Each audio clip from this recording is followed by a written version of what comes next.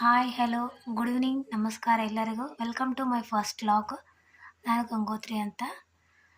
ಅಕ್ಕಿ ರೊಟ್ಟಿ ಹೇಗೆ ಮಾಡೋದು ಅನ್ನೋದು ಹೇಳ್ಕೊಡ್ತೀನಿ ಇವತ್ತು. ಅಕ್ಕಿ ರೊಟ್ಟಿಗೆ ಬೇಕಾದಂಥ ಸಾಮಗ್ರಿಗಳು: ರೈಸ್ ಫ್ಲೋರ್, ಸ್ವಲ್ಪ ಕ್ಯಾರೆಟ್ ಇದೆ ಇಲ್ಲಿ, ಹಸಿಮೆಣಸಿನ್ಕಾಯಿ ಪೇಸ್ಟು, ಕೊತ್ತಂಬರಿ ಸೊಪ್ಪು, ಹಾಗೆ ಈರುಳ್ಳಿ, ಸಣ್ಣದಾಗಿ ಹಚ್ಚಿರುವಂಥ ಈರುಳ್ಳಿ, ದಪ್ಪ ಮೆಣಸಿನಕಾಯಿ, ಓಂಕಾಳು ಮತ್ತು ಜೀರಿಗೆ, ಸ್ವಲ್ಪ ಬಿಸಿಯಾಗಿರುವಂಥ ನೀರು. ಬನ್ನಿ ಹೇಗೆ ಮಾಡೋದು ಅಂತ ಹೇಳ್ಕೊಡ್ತೀನಿ ನಾನು ಇವತ್ತು ಅಕ್ಕಿ ರೊಟ್ಟಿನ. ಮೊದಲಿಗೆ ಇವೆಲ್ಲ ರೆಡಿ ಮಾಡ್ಕೊರೋಂತಹ ಸಾಮಗ್ರಿಗಳು ಅಕ್ಕಿ ಹಿಟ್ಟಲ್ಲಿ ಹಾಕ್ಕೊಂಡು ಚೆನ್ನಾಗಿ ಕಲಿಸ್ಬೇಕು. ಎಲ್ಲ ಸಾಮಗ್ರಿಗಳನ್ನು ಅಕ್ಕಿ ಹಿಟ್ಟಲ್ಲಿ ಹಾಕ್ಕೊಂಡಿದ್ದೀನಿ ನಾನು. ಹೀಗೆ ಎಲ್ಲ ಸಾಮಗ್ರಿ ಹಾಕಿ ಚೆನ್ನಾಗಿ ಕಲಿಸ್ಬೇಕು. ಹಾಗೆ ನಿಮ್ಗೆ ಎಷ್ಟು ಬೇಕೋ ರುಚಿಗೆ ತಕ್ಕಷ್ಟು ಉಪ್ಪು ಹಾಕ್ಕೊಳ್ಳಿ. ಹೀಗೆ ಚೆನ್ನಾಗಿ ನಂತರ ಸ್ವಲ್ಪ ಬಿಸಿ ನೀರು ಹಾಕ್ಕೊಳ್ಳಿ.